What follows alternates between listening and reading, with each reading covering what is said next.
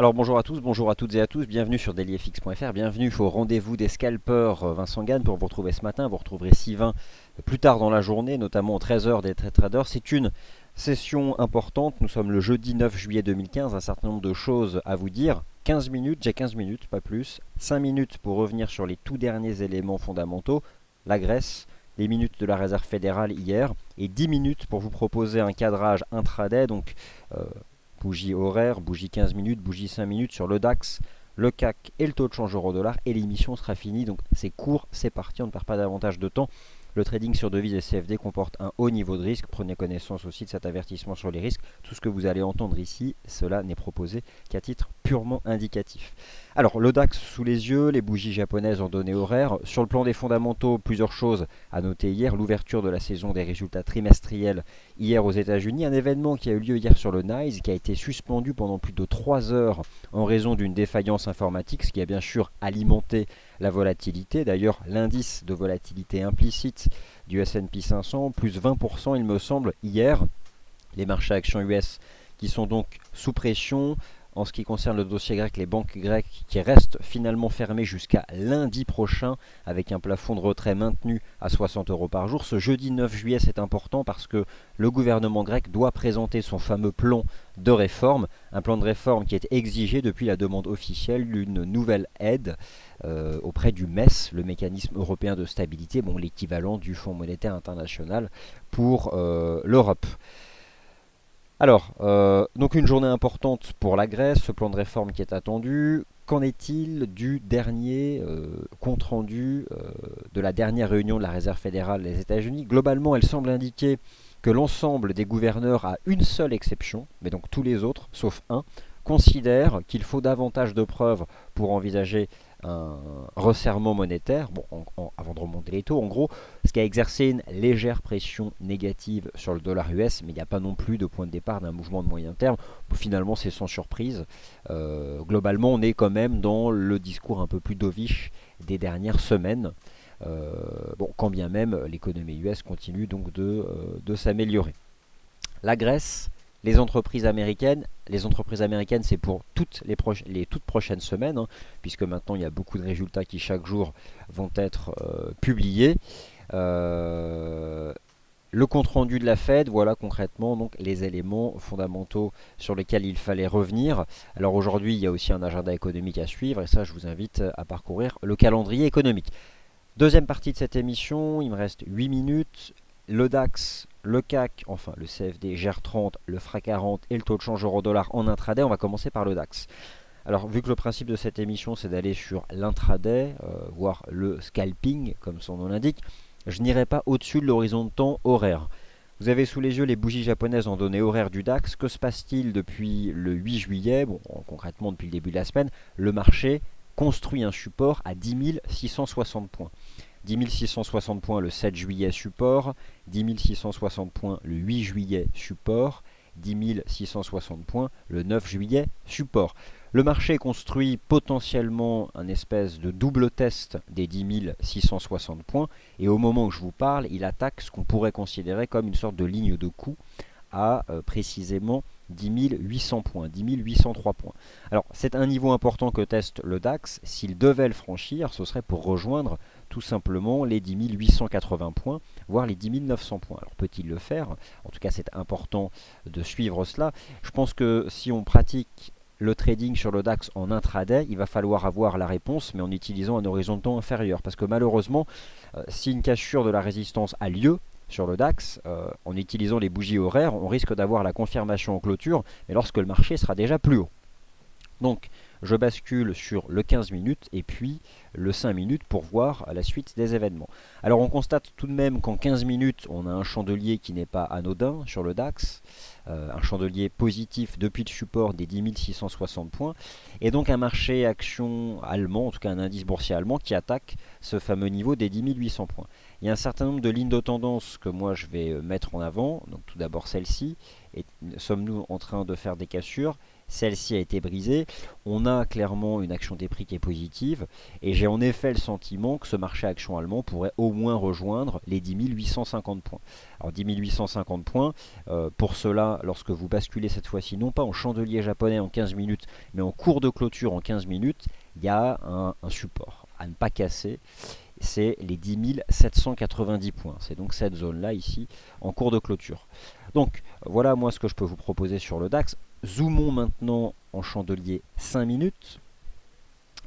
C'est ce que vraiment l'horizon de temps le plus court. On retrouve donc l'importance de ce niveau ici que je vais ajuster, des 10 790 points, que le marché tente de franchir à la faveur de ce chandelier hyper bullish. Clairement, ce que le DAX est en train de faire, c'est qu'il tente de valider un double test réussi des 10 660 points. Là, c'est vraiment une vue intraday.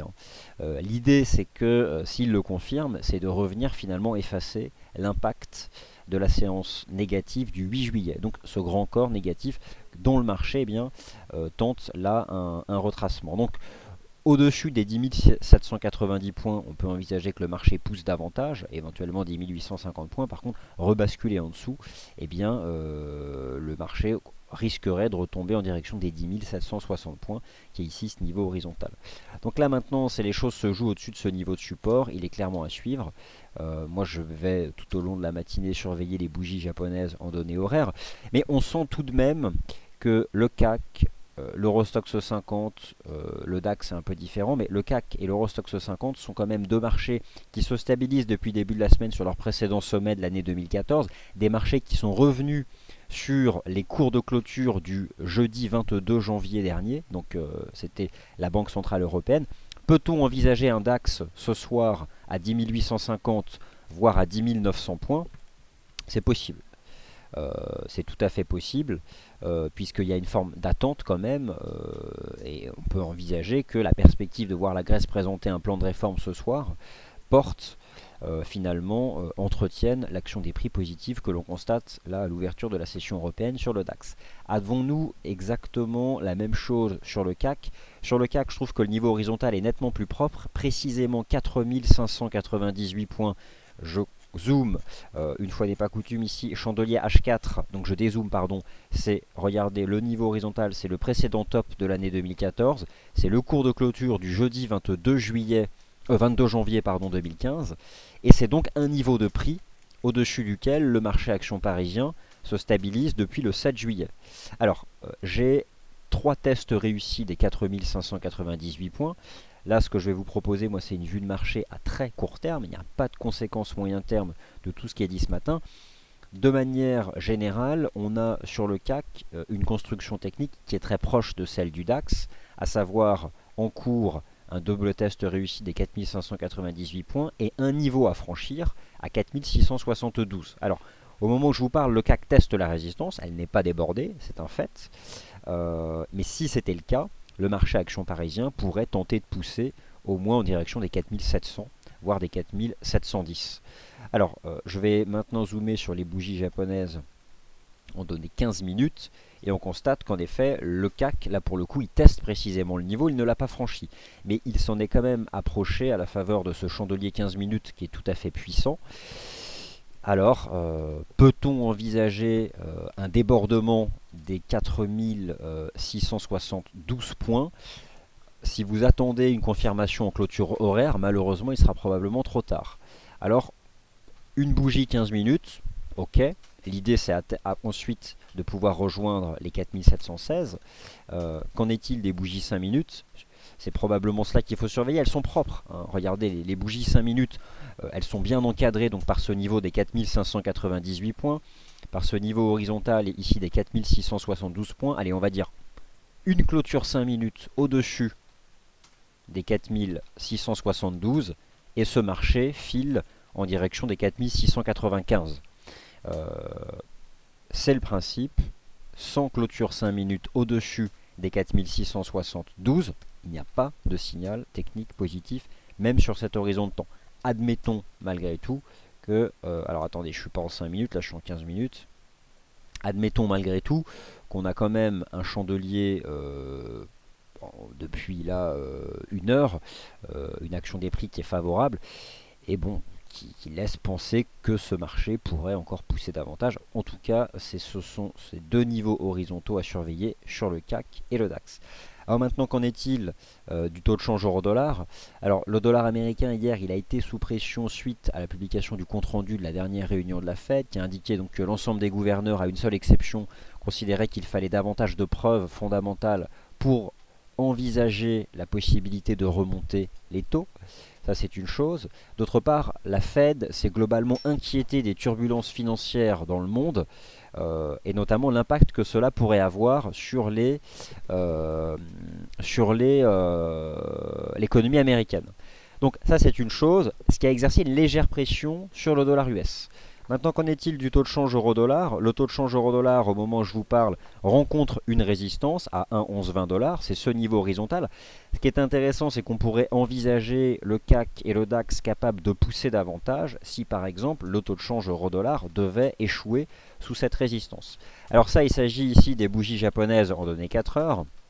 Maintenant, lorsque j'étudie les bougies japonaises en données horaires, on a tout de même un chandelier horaire de rejet sous les 1,1120 $ et probablement une structure de compression, alors en effet dont Adrian parlait, qui s'apparente à une sorte de compression en biseau ascendant. Alors forcément, sous une résistance horizontale et après un chandelier horaire négatif, ça milite en faveur d'un repli.